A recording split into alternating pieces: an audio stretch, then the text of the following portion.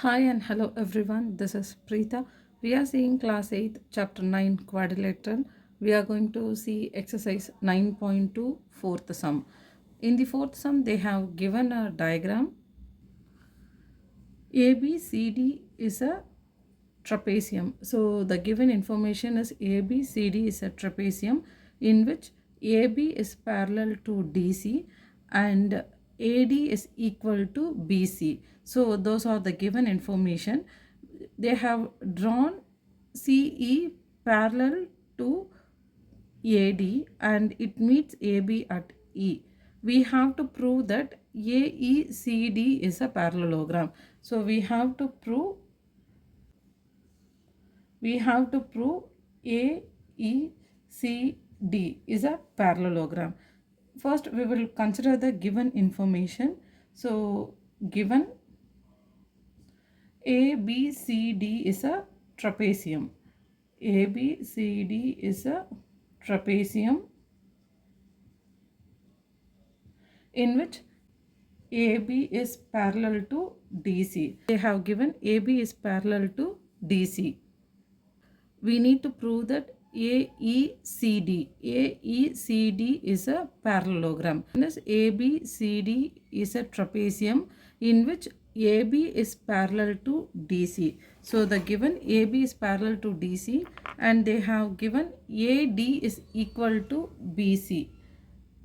AD is equal to BC and this is also given information. Next, we have drawn CE parallel to AD and it meets AB at E. So they have given that CE is drawn parallel to AD. CE is parallel to AD given.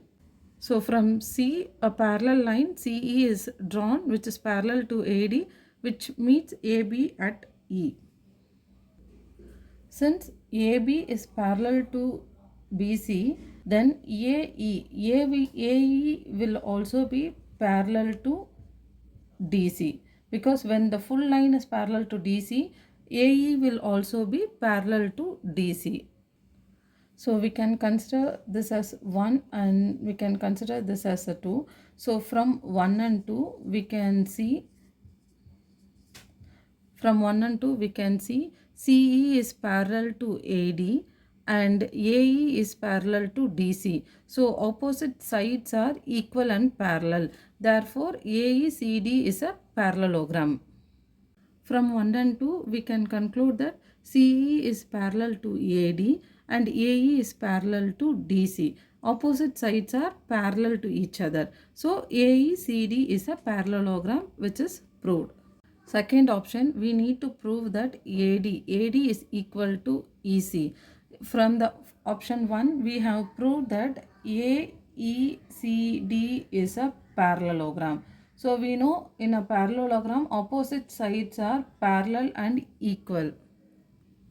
So opposite sides of a parallelogram will be parallel and equal. Therefore, AD will be parallel to CE. AD will be equal to CE. Same way, AE will be parallel to DC or AE will be equal to DC. So opposite sides of the parallelogram are parallel and equal. Therefore, AD is equal to EC. So either we can write it as EC or AD is equal to CE. So the third point is we need to put triangle CEB. Triangle CEB is an isosceles triangle. So we need to prove that triangle CEB is an isosceles triangle. So isosceles triangle is two sides will be equal. So we need to prove that triangle CEB is an isosceles triangle. So the given information is ABCD is a trapezium in which AD is equal to BC. So the given information, from the given information we can conclude that AD is equal to BC and we have proved that AECD is a parallelogram in which AD is equal to CE. So opposite sides of the parallelogram will be equal. So from this, AD is equal to BC and AD is equal to CE. From the 1 and 2, we can conclude that BC will be equal to CE. So both will be of equal measurement. So from 1 and 2, we can conclude that BC is equal to CE. So in triangle CEB. So when we consider the triangle CEB, we can see that BC is equal to CE, that is two sides are equal. Therefore triangle CEB is an isosceles triangle. So consider triangle CEB. So the two sides BC and CE is parallel, equal. Two sides are equal. Therefore triangle CEB is an isosceles triangle. We will see the fifth sum. The size of the obtuse angle of a rhombus is twice the size of its measure of an acute angle. Find the measure of the acute angle. So we need to find the measure of the acute angle of the rhombus. So let us consider the acute angle as x. So let ABCD be a rhombus. Let ABCD be a rhombus in which angle A equal to x, it's an acute angle. Let us consider angle A equal to x, an acute angle, and they have given one more information. The obtuse angle of a rhombus is twice the size of its acute angle. So let us consider angle D as a obtuse angle. So it's twice the size of the acute angle, which means angle D will be equal to twice of acute angle. So angle D is equal to 2x, given the obtuse angle is twice the size of the acute angle. So from these two information, we need to find the measure of the acute angle.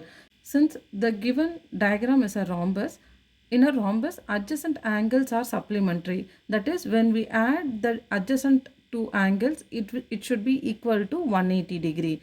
Therefore angle A plus angle D are adjacent angle. So when we add angle A plus angle D, it will be equal to 180 degree, and same way angle A plus angle B is equal to 180 degree. So when we consider the other adjacent angle, angle A plus B will be equal to 180 degree.